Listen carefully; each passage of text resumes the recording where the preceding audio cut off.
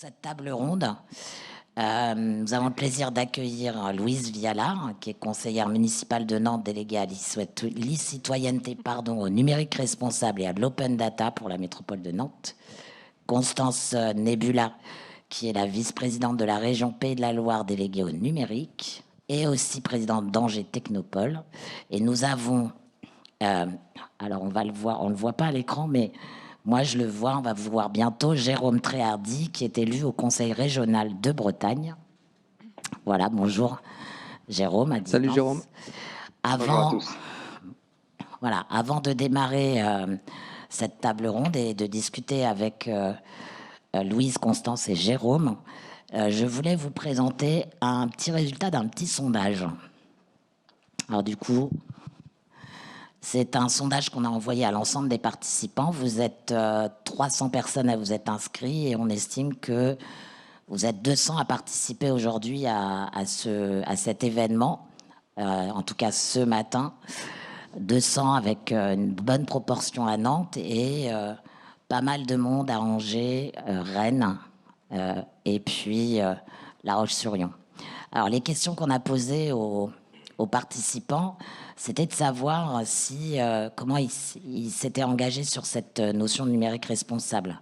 Donc on a demandé, est-ce que c'est un sujet de réflexion au sein de votre organisme? Alors là, ce qui est intéressant, c'est qu'on a quand même un chiffre assez haut, on a 82% qui ont répondu oui. Par contre, quand on demande s'il y a vraiment une démarche qui a été mise en place au sein de son organisation, l'entreprise, là, on chute à 54%. Et puis, si on demande s'il y a des budgets et des ressources dédiées, là, encore, on chute encore plus, puisqu'on arrive à 36%. Donc, on voit bien qu'il y a un intérêt pour cette thématique, qu'il y a bien une conscience, et si vous êtes ici, c'est que vous avez envie d'avancer sur ce sujet-là, mais on est encore loin d'une prise en compte très effective à l'intérieur des organismes. Et la dernière question, c'était de savoir s'ils connaissaient les démarches qui existaient sur le territoire, les offres des entreprises, les offres des partenaires, ce qui est fait aussi par nos élus sur ces questions-là. Et là, le chiffre est encore plus bas. Effectivement, il y a 25% d'entre vous qui ne connaissent pas ce qui est possible de faire. J'espère que la matinée de ce matin a permettra de rectifier ces chiffres. Et donc, je vous propose de passer au débat. Pour le débat, je suis accompagnée de Franck Jarry, que vous connaissez peut-être tous, ou peut-être pas. Donc, Franck Jarry, qui est directeur général d'ADN Ouest, et donc qui va m'aider à mener cette table ronde. Bonjour à tous. Alors, on va commencer peut-être par un point assez simple, peut-être Constance, puisqu'on a une présence féminine d'élus au numérique aujourd'hui, c'est super chouette. On t'oublie pas, Jérôme, à distance, évidemment. Constance, peut-être pour commencer, peut-être quelques éléments de vision autour du numérique responsable, mais surtout, par exemple, à Angers. Qu'est-ce que vous avez mis en place au sein de la collectivité? On a vu qu'il y avait un peu du 50-50 sur la mise en place d'actions concrètes et déjà au sein de la collectivité, ce que vous avez pu mettre en place. Merci. Bonjour à tous. Alors, est-ce que le micro fonctionne? Ouais, c'est bon? Super. Alors, effectivement, ça n'a pas été indiqué, mais en plus de mes fonctions à la région Pays de la Loire, je suis également élue à Angers. Ça fait maintenant presque 8 ans où je m'occupe de transition numérique et de territoire intelligent. Et il y a une chose dont on est relativement sûr, c'est que le sujet du numérique responsable, la prise de conscience ou l'intégration de ce sujet-là, finalement un peu comme dans la lignée du sondage, elle est relativement récente. Le fait de créer une dynamique en interne pour des élus, mais aussi pour une collectivité et pour des agents sur ce sujet-là, c'est une thématique et c'est une prise de conscience qui est plutôt très récente. Alors l'exemple effectivement que j'ai pour Angers et pour Angers-Loire Métropole, c'est vraiment juste un exemple qui vient affirmer, qui est une conviction personnelle, c'est que le rôle de la collectivité, et nous en tant qu'élus, on doit donner l'exemple. Si on dit qu'on a un sujet comme le numérique responsable qui est extrêmement vaste, transversal, et vous avez dû en parler ce matin, et on en reparlera encore cet après-midi, où on a un certain nombre d'actions et de leviers d'action, certes, Mais aujourd'hui, comment est-ce qu'on fait pour impulser une dynamique sur notre territoire? Et en tant qu'élu, comment est-ce qu'on fait pour être modèle et être porteur de quelque chose pour justement le faire connaître, puisqu'on a un déficit un peu de prise de conscience et de connaissance vraiment de ce sujet-là. Alors à Angers, on a lancé une dynamique qui est finalement assez simple et qui, je le dis en toute transparence et en toute franchise, est-ce que ça va changer le monde? Non. Mais ça participe à une dynamique. En fait, on a créé une charte du numérique responsable pour la ville et pour l'agglomération, pour notre service de DSI, qui est un service mutualisé. Et l'objectif de cette charte, alors vous connaissez l'INR, vous avez dû en parler ce matin, qui a sa propre charte. Mal, ouais. Voilà, exactement. Et donc l'INR a sa propre charte pour les collectivités. Et nous, on a réfléchi, concerté, discuté avec des acteurs du sujet en se disant qu'est-ce qui est le plus pertinent, de signer une charte nationale qui est la même pour tout le monde, pour toutes les collectivités, ou bien de créer notre propre charte. Et donc on a fait un choix qui est assumé, qui est peut-être différent de d'autres collectivités, mais on a décidé de créer notre propre charte avec nos propres axes et surtout nos propres leviers d'action sur lesquels, en tant que ville et en tant qu'agglomération, on savait qu'on avait un moyen d'agir et un moyen de changer les choses à notre échelle. Alors la charte, elle a 4 piliers.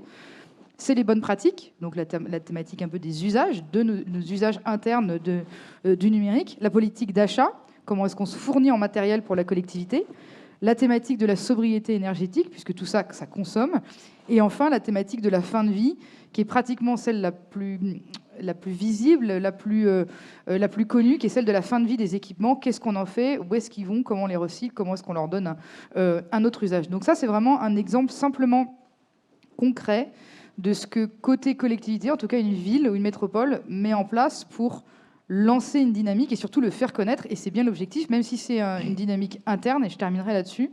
On est bien sur une charte de pratique interne, c'est pour les élus, c'est pour les agents. L'objectif, c'est de la diffuser et que demain, elle aille vers d'autres publics. J'ai 2 autres publics prioritaires qui sont les professionnels et que sont les scolaires. Et donc, c'est l'objectif en seconde main. Mais pour ça, il faut d'abord que la collectivité prenne l'initiative. Et c'est la deuxième question, donc c'est pas encore le moment. Voilà. Et donc, j'ai envie de demander en Bretagne comment cela se passe. Est-ce que vous avez initié, Jérôme, au sein de votre collectivité, une réflexion autour de l'impact du numérique? Alors, tout d'abord, bonjour à toutes et à tous. Est-ce que vous m'entendez bien? Très bien, parfaitement. Super, parfait. Écoutez, je suis déjà désolé de ne pas être avec vous aujourd'hui et ravi que vous ayez pu vous organiser pour que je puisse quand même participer.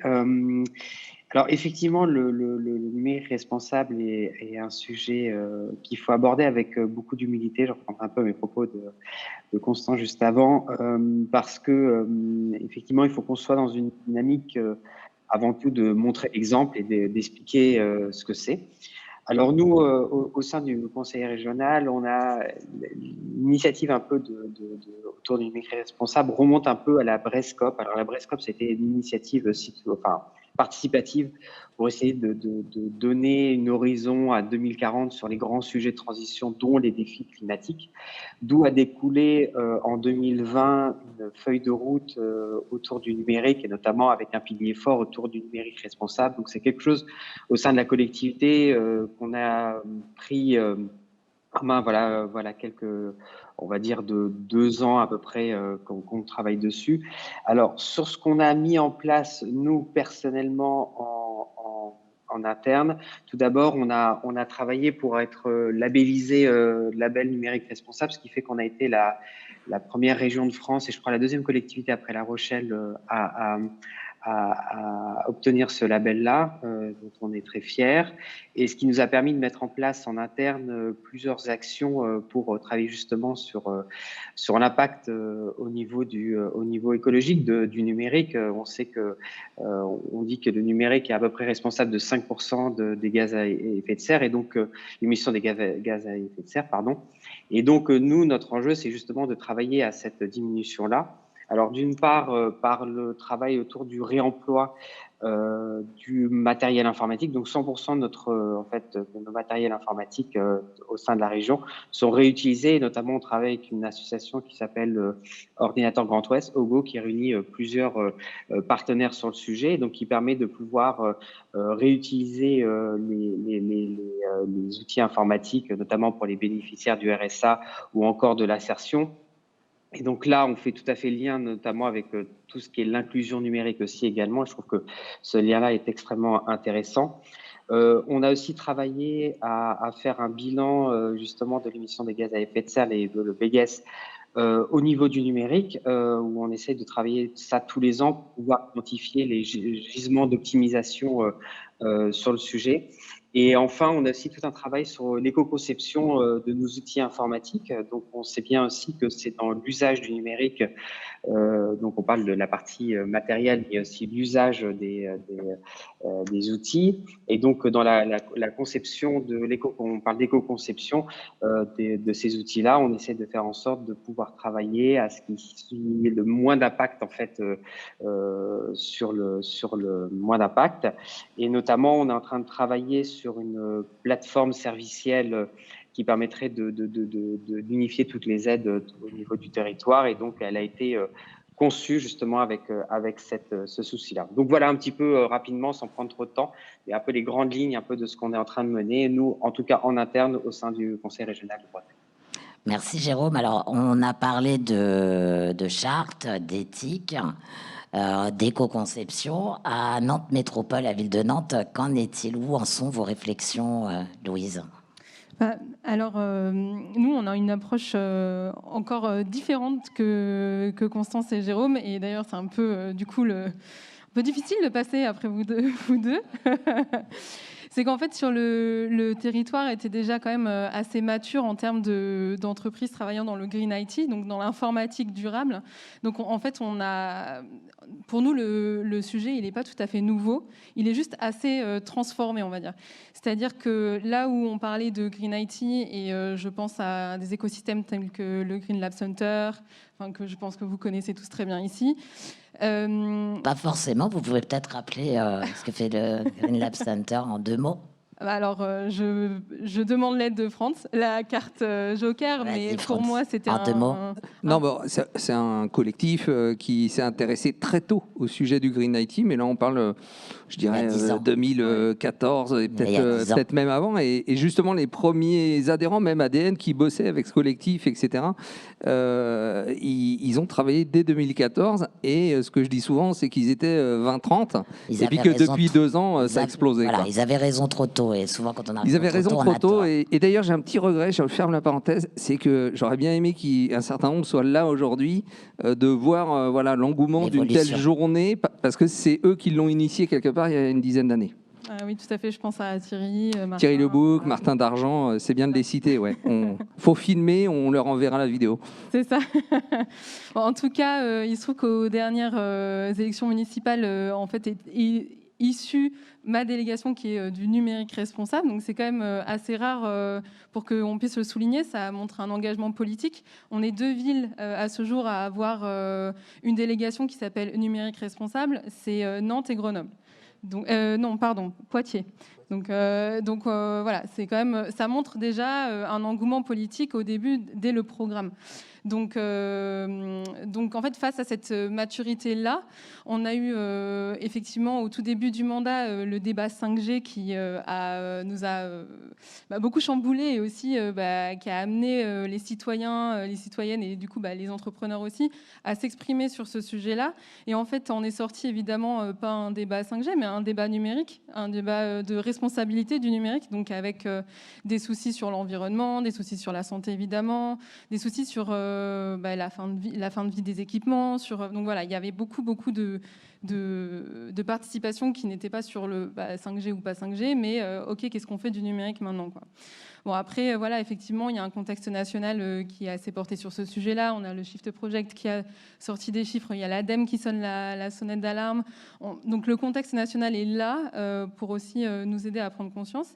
Et du coup, nous, on a, au sein de la collectivité, tout comme Jérôme et tout comme Constance, on s'est dit, OK, faut commencer le travail en interne. Donc là, on a embauché quelqu'un qui travaille sur ce sujet-là. Donc ça, c'est quand même très, très important parce que... Donc, une ressource dédiée. Une ressource complètement dédiée au numérique responsable. Donc c'est un chargé de projet, un chargé de mission sur le numérique responsable.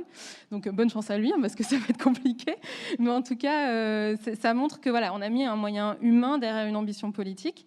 Et sur la durée, parce que les moyens peuvent être ponctuels, là, c'est sur la durée. C'est ça, c'est sur la durée. Et en fait, ce qui nous a, en fait, les discussions qu'on a eues pour mettre en place ces choses-là, discuter même de la fiche de poste du chargé de numérique responsable, ça nous a apporté entre élus des discussions assez poussées sur la définition du numérique responsable. Parce que ça, c'est quand même un vrai sujet, parce qu'on part d'un territoire qui est très porté sur le Green IT et du coup sur l'informatique durable. Et derrière, nous, on voulait recruter quelqu'un qui soit capable d'avoir un spectre un peu plus global et qui soit capable de faire du lien dans l'écosystème, qui soit capable de parler d'embarquer l'éthique. Voilà, de parler d'inclusion, de parler d'accessibilité et de parler impact environnemental. Donc ça, c'était super important. J'ai appris une super définition du numérique responsable au sein de Nantes Numérique Responsable, qui est une asso qui est sur le territoire. En fait, c'est comment on considère le numérique qui ne va plus trop vite, mais qui va plus lentement, qui va à pied, donc qui est paritaire, inclusif, éthique en vélo, et durable. Ou en vélo. Mais non, mais ça fait plus mes acronymes après. Ah, pardon. Excuse-moi. France. Donc à pied, donc c'est paritaire, inclusif, éthique et durable. Et du coup, sur chacun de ces pans-là, on a décidé de Louise, vous pouvez le redire doucement pour que tout le monde enregistre. À pied. À pied. Donc paritaire, inclusif, éthique et durable. Donc ça... facile à retenir, à pied. Voilà. Donc ça m'aide à donner une définition quand même. Et du coup, nous, on commence à se dire en interne dans les services que ce sujet, il touche tout le monde. Il touche l'éducation, il touche la petite enfance, il va toucher un certain nombre de choses. Et en fait, on a commencé concrètement à faire des ateliers prospectifs en interne, réunir des élus et se dire, OK, collectivement, qu'est-ce qu'on va faire? Parce qu'on va faire un schéma directeur du numérique responsable. Et en fait, on a envie de le faire pas tout seul, mais aussi avec les acteurs du territoire, donc avec un horizon 2030. Je crois que Franz avait une question là-dessus, justement. Justement, tout à l'heure, Constance évoquait le fait qu'il y avait le lien entre la vision de la collectivité, ce que faisait la collectivité pour elle-même, je dirais, mais elle ne travaille jamais que pour elle-même. Et justement, il y a la cible entreprise, citoyen, etc. Et c'est sur ce sujet aussi, ça peut être intéressant de donner... cette vision. Alors, Constance, Louise, tu peux terminer comme vous voulez. Non, vas-y, parce que je parle beaucoup sinon. Alors, j'ai rechangé de casquette et repassé en mode région, parce que c'est vrai que sur la cible entreprise, c'est la collectivité privilégiée. Un peu de la même manière que Louise, qui a une délégation qui impulse quelque chose politiquement, c'est un peu pareil pour moi. Je suis la seule vice-présidente de région en France qui a en charge le numérique et que le numérique. Je m'explique. C'est une création de fonction. Ça veut dire qu'on place le numérique d'une manière extrêmement transversale. Et je ne suis pas en charge ni de l'économie numérique ou de l'infrastructure numérique ou de la croissance numérique plus autre chose, ce qui est le cas dans les autres régions de France. Mais j'ai juste le numérique. Et donc, en toute transversalité. Et donc, qu'est-ce que ça veut dire? Ça veut dire que derrière...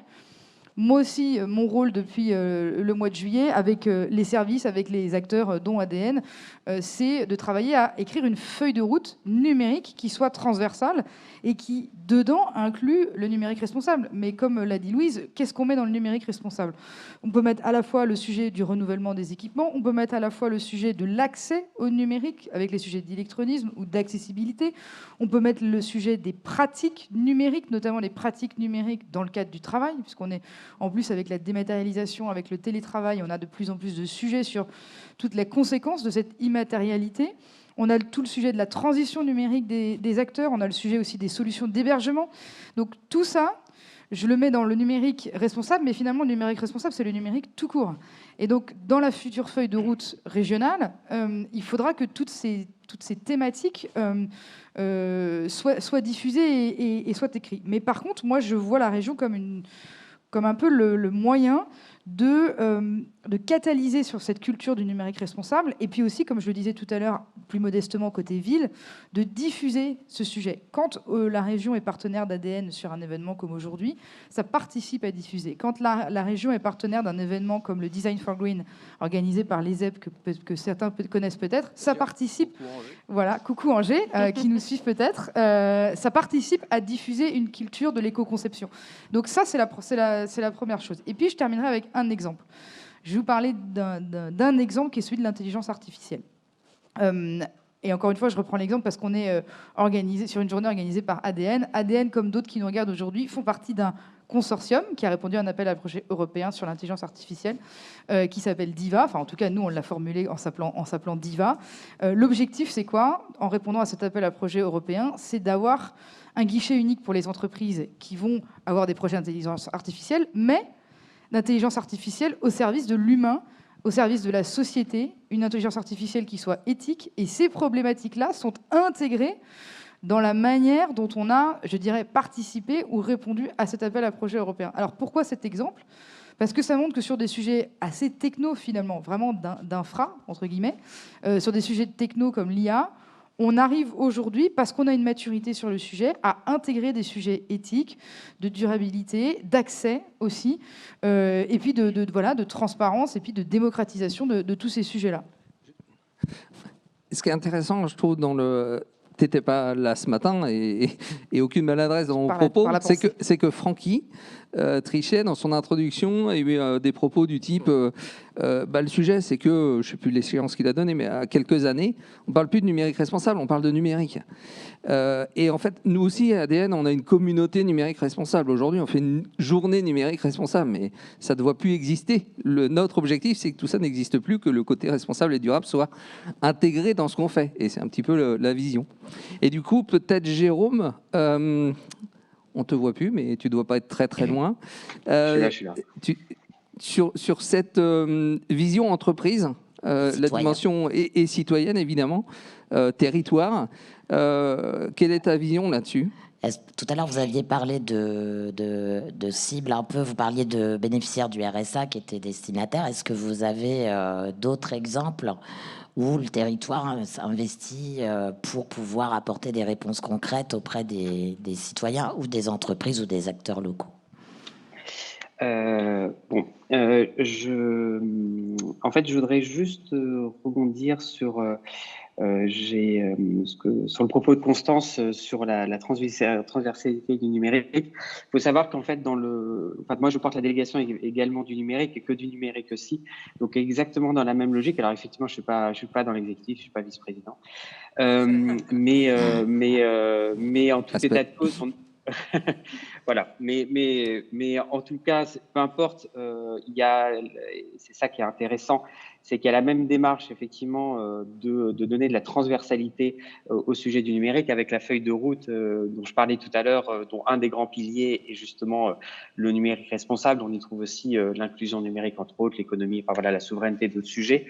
Et je pense que la collectivité, enfin, en tout cas, nous, comme on l'aborde, a un rôle, et ça a été déjà dit précédemment, un rôle de sensibilisation et de porter la bonne parole. Parce que je pense que ce sujet-là, même si on voit que c'est quelque chose qui vient au goût du jour, en fait, c'est quelque chose qui, les citoyennes, citoyens, les entreprises commencent à se sensibiliser à ce sujet-là. Malgré tout, je pense qu'on a un rôle de prise de conscience de ce sujet. Donc, nous, notre démarche est plus vis-à-vis, dans un premier temps, plus des collectivités aussi. C'est-à-dire que je parlais tout à l'heure les plus petites collectivités, vous voulez dire? Les plus petites. Exactement. Oui. Alors, pardon, excusez-moi. Les collectivités au sein de notre territoire, au sein de la région Bretagne. Et donc de porter, effectivement, je parlais tout à l'heure du label numérique responsable, de pouvoir porter ce label-là pour pouvoir le diffuser et d'en faire un vecteur de sensibilisation et de prise de conscience de ces sujets du numérique responsable. Et donc, notamment, on est en train de réfléchir à mettre en place un appel à projet pour mobiliser des fonds européens pour justement aider les collectivités à structurer leur démarche du numérique responsable et de les aider aussi à mettre en place ça, parce que c'est un sujet qui n'est pas évident, où il faut beaucoup d'humilité. On l'a dit, ça peut paraître donner le vertige parfois, partout, parce que ça et Constance l'a très bien dit, il y a beaucoup de choses qu'on peut mettre dedans. Et donc, je pense que derrière, il faut aussi être dans un rôle d'accompagnement et pour pouvoir aider justement à se rendre compte que c'est peut-être parfois par des petites actions. Je parlais de recyclage du matériel, ça peut être dans la réflexion autour de l'éco-conception dont je parlais de nos outils. Enfin, de la sobriété en général. de la sobriété en général, et qu'il faut, encore une fois, je le redis, être humble par rapport à tout ça, parce que bien évidemment, face à l'urgence climatique qui est devant nous, voilà, c'est une action vraiment commune qu'il faut mener, et avec les forces de tous. Donc je trouve que voilà, c'est avant tout un rôle au sein de la en tout cas au sein de la région Bretagne, un vrai rôle de porter la bonne parole sur le sujet. Donc pour compléter peut-être Louise sur l'aspect citoyen et Entreprise. entreprise. Oui, ce que je veux dire, c'est que c'est en tant que collectivité, c'est pas forcément évident, aussi évident qu'une région, puisque c'est pas dans les compétences de la collectivité de la formation, l'emploi et l'aide aux entreprises directes en fait. Mais par contre, on a quand même un moyen d'aider les entreprises, ou en tout cas d'essayer de transformer le territoire entrepreneurial numérique, parce que c'est vrai, on a un territoire, enfin le numérique, on aimerait bien que ce soit du numérique responsable, mais il se trouve que à ce jour, on ne sait pas vraiment faire du numérique en toute responsabilité.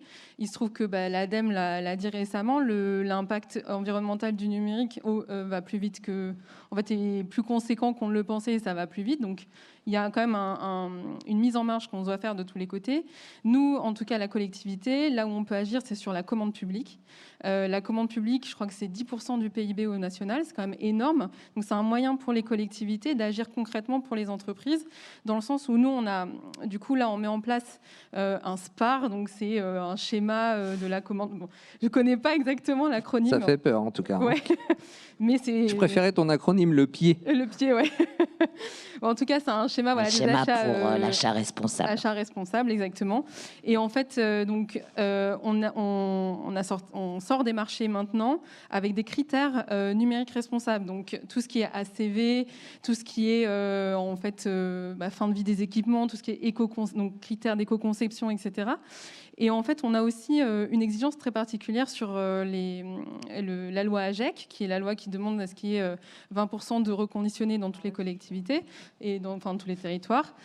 Il se trouve que Nantes Métropole a quand même pour ambition de structurer une filière des 3E, des 4E, enfin c'est un peu les 4 R aussi, parce qu'on a réduire, réparer, reconditionner, et puis un autre recycler, réutiliser, voilà.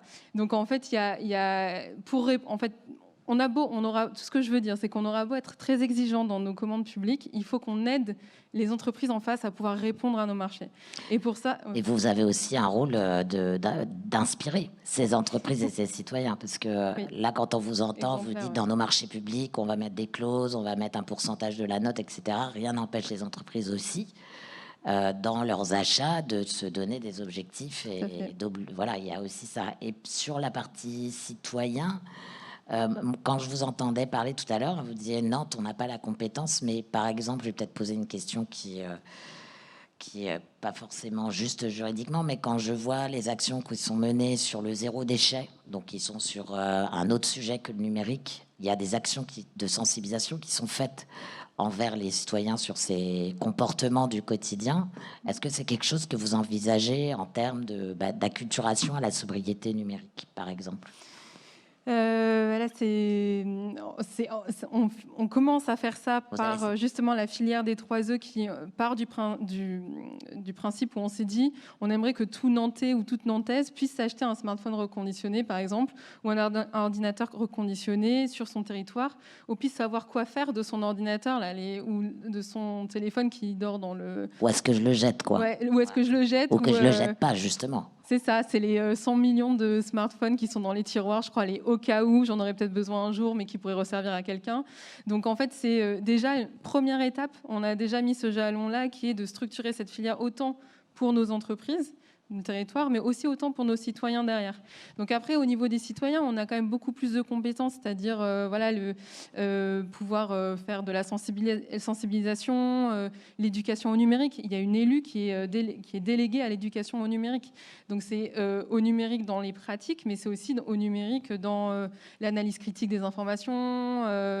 Il y a vraiment ce côté aussi autour du média. Donc comment est-ce que j'analyse ce que je vois sur mon smartphone comme info, etc., quoi. Donc voilà, je pourrais en parler pendant des heures. On prendra peut-être quelques questions dans quelques minutes, parce qu'il faut quand même respecter un petit timing, hein, désolé. Puis avec les élus, on sait que ça peut durer des heures. C'est vrai. Non, plus sérieusement, si vous aviez un message par rapport à notre audition multisite aujourd'hui, un message principal à faire passer, à partager quelque part sur ce pour sujet. l'auditoire de Nantes et puis l'auditoire distant d'Angers et de Brest. Exactement. Moi, ça va être très court. Ça va rebondir sur ce que tu viens d'indiquer sur les fameux 20%, qui pour moi c'est très beau sur le papier, 20% de matériel reconditionné pour les collectivités. Mais aujourd'hui, la filière, elle n'est pas structurée. Donc moi, mon message, c'est très bien de contraindre par la loi pour inciter à. Donc ça va nous bouger un peu, collectivité. Surtout que, comme tu le dis, c'est le matériel, là où on a le plus de levier d'action. Et c'est ça qui est le plus polluant, visible, c'est extrêmement pragmatique, c'est très parlant. Sauf qu'aujourd'hui, moi, à Angers-Loire Métropole, j'ai visité 2-3 entreprises qui font du matériel reconditionné, du recyclage, du réemploi, etc. Et qui me disent, on a quelques clients en France, mais en tout cas, ce qui est sûr, c'est qu'on est tout seul, on n'a pas de concurrence. Parce que la filière du réemploi, du reconditionnement n'est pas structurée. Il n'y a pas aujourd'hui, et de toute façon, si la loi OGEC, elle est pas encore, il me semble qu'elle n'est pas encore passée, mais ça va nous mettre en difficulté parce que de toute façon, aujourd'hui, on n'a pas la manne, on n'a pas les entreprises et on n'a pas les ressources pour pouvoir équiper nos collectivités, en tout cas des collectivités assez importantes comme les nôtres. À Angers, c'est 5000 ordinateurs, 3000 smartphones pour les agents. Où est-ce qu'on les trouve ? Aujourd'hui, moi, je n'ai pas la solution, donc c'est plus un appel. Alors, ce n'est pas aux entreprises de faire ça tout seul, c'est plus un appel national. Il faut qu'il se passe quelque chose au niveau national aussi pour structurer cette filière et pour mettre tout le monde autour de la table, en tout cas précisément sur ce sujet-là. Pour préciser et pour bien comprendre, ce que vous dites, c'est qu'aujourd'hui, il y a la volonté par la loi, mais on n'a pas structuré la filière sur le territoire national voilà, pour atteindre ces objectifs qui sont des bons objectifs, mais pour lesquels aujourd'hui, les moyens sont réduits. C'est ça. Peut-être vous voulez rebondir là-dessus, Louise, et puis Jérôme, n'hésitez pas à nous faire signe si vous voulez aussi également ajouter un mot. Je rebondis là-dessus dans le sens un peu ce que dit Constance, mais peut-être un peu plus large dans le sens de ce serait bien d'unifier en fait nos forces. Ça fait un peu ouyaya et tout ça, mais en tout cas, on est tous en train d'essayer de faire des choses dans notre coin, alors qu'on a vraiment besoin d'un moment de structuration et de communication. Nous, tu vois, là, je dis, on voudrait structurer une filière des 3 œufs, mais comment on peut le faire sans la région Pays de la Loire, par exemple ? Moi, c'est là où on devrait travailler de concert. Donc, je pense à ça, mais je pense aussi, par exemple, au sujet des mesures et des indicateurs. Les chercheurs, à ce jour, ne sont toujours pas d'accord. Il y a toujours des guerres d'école là-dessus. Ce serait bien d'avoir un consortium commun sur ça, des référentiels communs. Et puis, dernier point où je fais un peu ma pub, le meilleur moyen de vous engager, c'est de venir travailler avec nous, quoi. Nous, on a hyper envie, on a des délégations, on a une ambition politique, mais on a un problème de ressources humaines. Donc, on a envie, n'hésitez pas, si vous voulez vraiment avoir un boulot qui a du sens, on a besoin. Ils passent déjà du temps dans ADN, ils n'ont plus le temps. Ouais, c'est ça. Bon. Mais avec plaisir. Quelqu'un qui cherche.